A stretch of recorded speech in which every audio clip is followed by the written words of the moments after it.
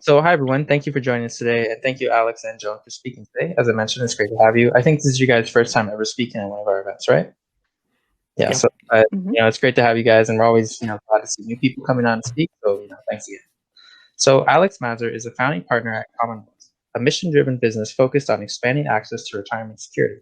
Before co-founding Commonwealth, Alex served as a management consultant at McKinsey and Company in various public service roles. As Director of Policy to the Ontario Minister of Finance during the global financial crisis, Alex helped deliver major reforms to Ontario's retirement system, helping to lay the groundwork for the recent expansion of the Canada Pension Plan. Joan Milway is product manager at Commonwealth. Her previous experience includes roles at Tangerine Bank, 24/7 Customer Canada, and Cycle Toronto. Her background is comprised of a mix of client service, program management, and community engagement in both corporate and nonprofit settings. Thanks again for speaking today, guys, and good luck with the presentation. Great. Well, thank you very much, Alex. It's great to be here. Thanks everyone for joining this session. Joan and I are very excited to share with you some ideas about supporting your diversity, equity, and inclusion agenda through workplace-based savings. As Alex mentioned, we're from Commonwealth. We're a mission-driven fintech that's really focused on expanding access to retirement security through quality workplace retirement plans. And although we're not experts in DEI, we have been part of a conversation in our industry, retirement benefits, over the last 5 or 6 years, really about making our retirement system more inclusive and more equitable. And we brought to that some experience, quite a bit of experience serving a very diverse client base, focusing on modest income workers, focusing on precarious workers. And we wanted to share some of that experience and some of the data that we've learned to try and connect up the conversation, that's the growing conversation about DEI, with the conversation about financial wellness, financial health, and financial inclusion that we've learned from some of our retirement experience. So we hope from today's conversation, you'll come away with a better understanding of that connection, as well as some practical ideas that you can take as an employer for building a more inclusive workplace through workplace-based savings. Mhm. So we'll start by talking about some of the gaps that currently exist. So representation, power, and income gaps are all kind of important ongoing conversations in HR circles around DEI. Today, we're going to focus on something we're calling the wealth gap, specifically retirement wealth and how that impacts different groups and people. Where we'll start is the gender retirement gap. So we know that women are paid less than men, and we can assume that this kind of impacts their quality of life in the present. But are we really considering what does this mean for their future and for their retirement?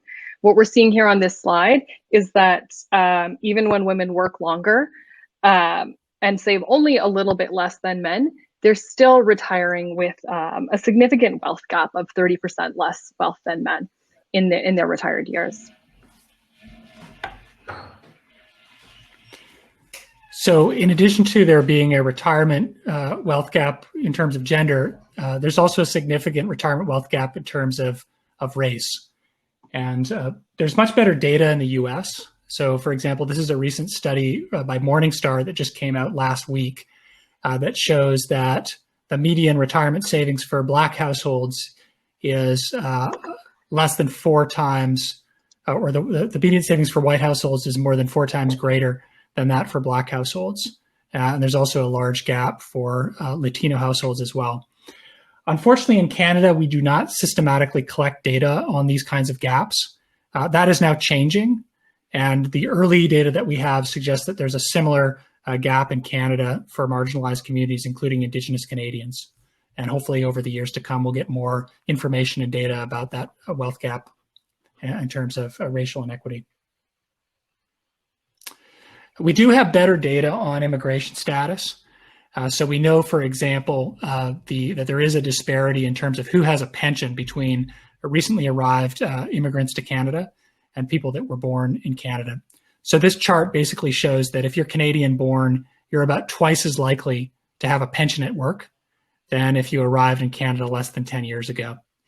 And we know that the gap here for women is even greater than it is for men. One of the points that we wanted to make is this is not just about a gap in income. The retirement gap is not just because people are earning less because they are women, because they are people of color. It's also because people are less likely to have access to quality workplace benefits. So this chart basically breaks down by income decile how likely people are to have access to a workplace pension. And what it shows you is that the bottom 30% of earners, those in the bottom 30% of income earners, have about a 1 in 5 chance of having access to a workplace pension, whereas the top 30% have about a 3 in 5 chance. So the chance of them having access to a workplace pension is about 3 times greater.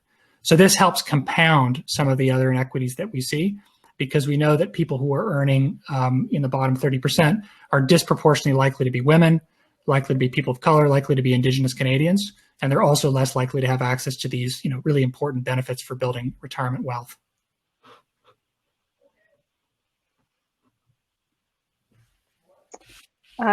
So a group that we have had the opportunity to work with over the past few years are personal support workers. And we see in this group that there are these experiences that we just looked at intersect to kind of compound the problem.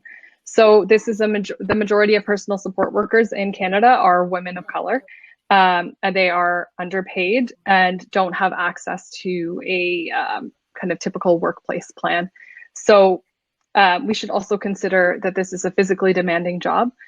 These people may not have the option to work the 2 additional years that other women are working to compensate for this retirement gap.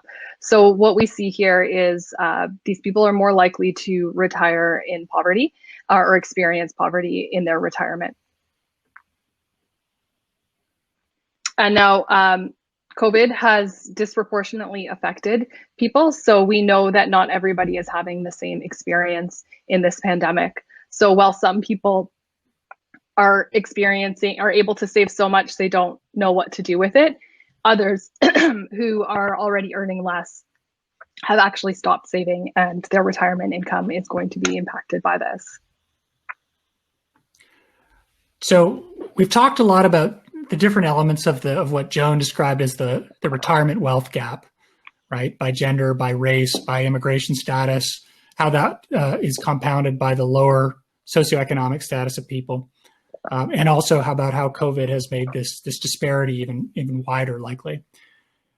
The good news is that there is something employers can do about this through the very proven and effective vehicle of workplace-based savings programs. And these are effective for a number of reasons. One is that when people have access to payroll-based savings, we know they're much more likely to save. There's data that shows that people with payroll-based savings are 15 times more likely to save than people without that kind of access. We also know that incentives, such as employer matches for savings, can be a very powerful way of encouraging people, especially first-time savers, to start to accumulate that retirement wealth. We also know that a good workplace retirement plan can be much more cost-effective as a way of building retirement wealth than what people would typically do if they're on their own, even if they have the benefit of financial advice. We did a study a couple of years ago with the HOOP pension plan, one of the world's leading pension plans, along with the National Institute on Aging, and we looked at quantifying what is the lifetime value of participating in a workplace retirement plan. And what we found is for the average typical middle-class Canadian worker, this could be worth up to $800,000 over the course of a lifetime, basically in making it much more affordable and much more attainable to build that level of retirement security that's necessary to maintain your standard of living in retirement. So this can be a huge benefit over longer periods of time because it allows people's savings to go much, much farther than they're likely to go on their own. Unfortunately, the way our retirement system is built, the way many employer-sponsored retirement plans are built, they're not as inclusive as they could be. There are large gaps, and the people that are most likely to need the help tend to be the people that are most likely to be left out of the system. Most retirement benefits, most of our tax system tends to disproportionately benefit people that are already high earners, that are male, that are white, and that probably already have significant savings, and for whom the benefit of a workplace plan is maybe a little bit less than someone who is saving for the first time. So we've come up with some ways that we think are practical ways, 6 ways that you can look to build a more inclusive retirement plan, retirement program within your workplace. Whether you don't have a plan at all today or whether you have a mature plan, there should be something in here that you can bring back, hopefully, to your workplace to look at making a more inclusive plan and narrow that retirement wealth gap that Joan and I were talking about. So we'll go through each one of these. The first is to take a look at your existing program and review it from an equity perspective. If you don't have a plan today, you should really think about setting one up because it can be quite powerful. Even if you're a smaller employer, that's now become possible to offer something.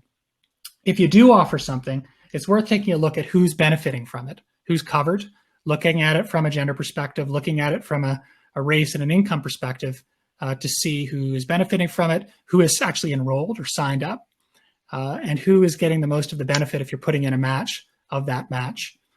You'll also want to take a look at, is it actually tailored for the needs of those modest earners? People make less than $50,000 a year, because there's some unique considerations there that you'll want to keep in mind.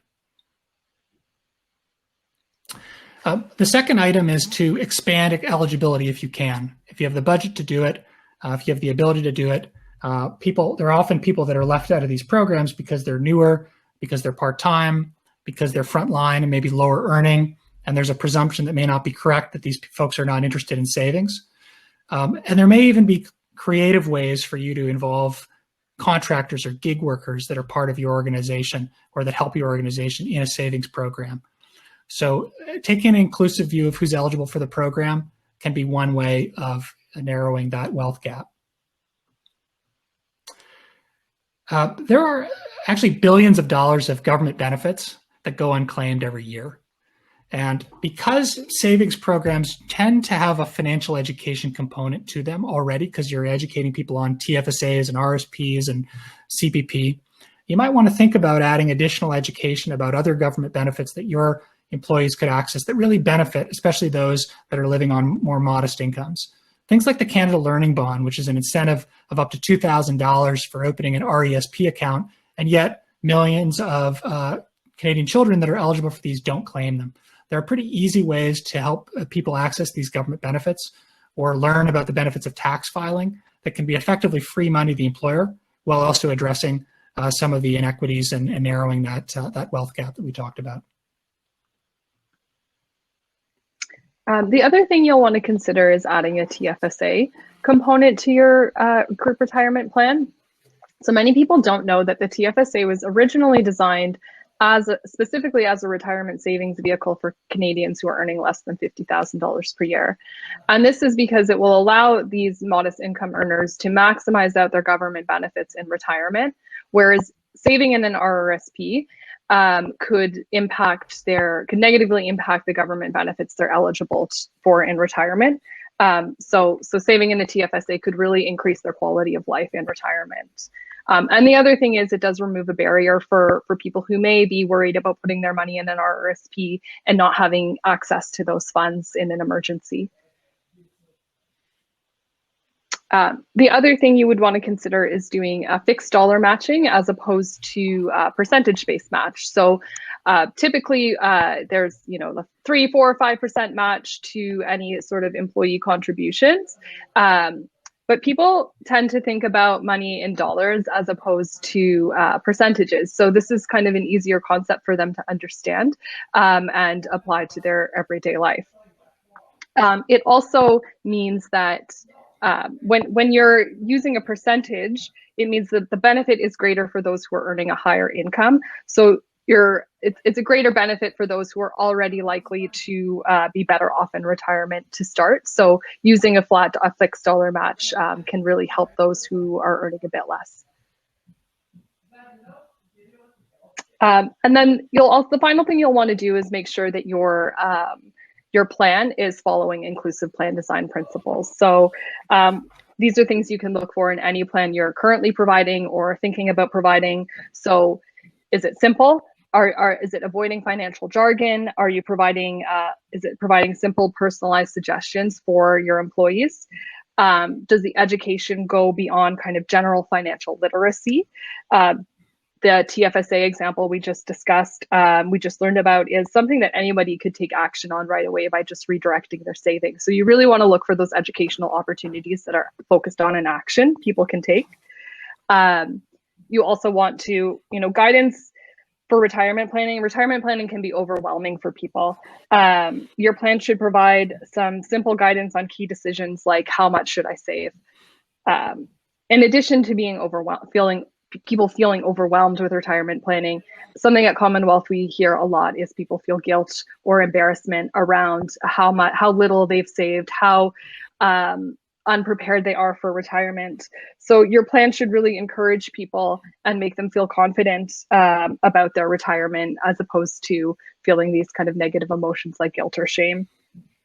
You also want to provide support for anybody who needs help enrolling.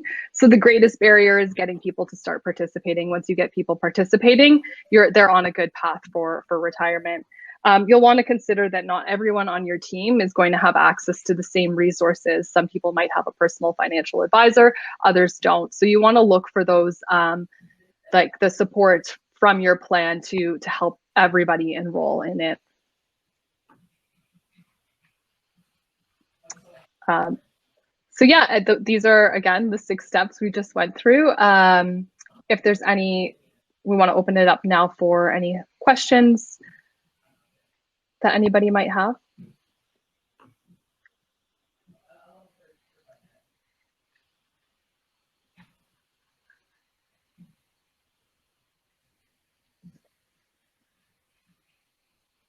I don't see anything coming through.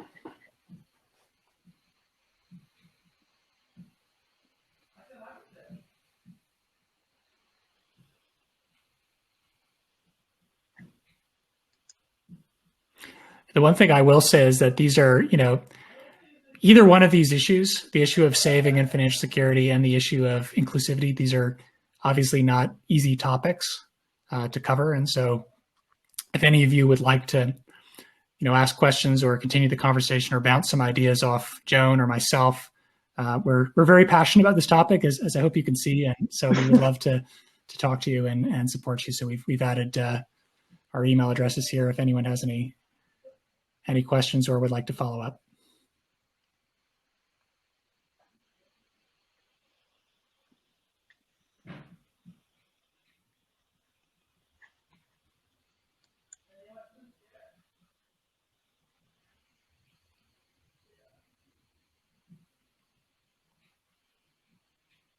Great. Well, thank you very much. If there's no further questions, we're glad to have had the chance to spend a bit of time with you, and hope you have a great rest of your conference. Yeah, thanks everyone for your time.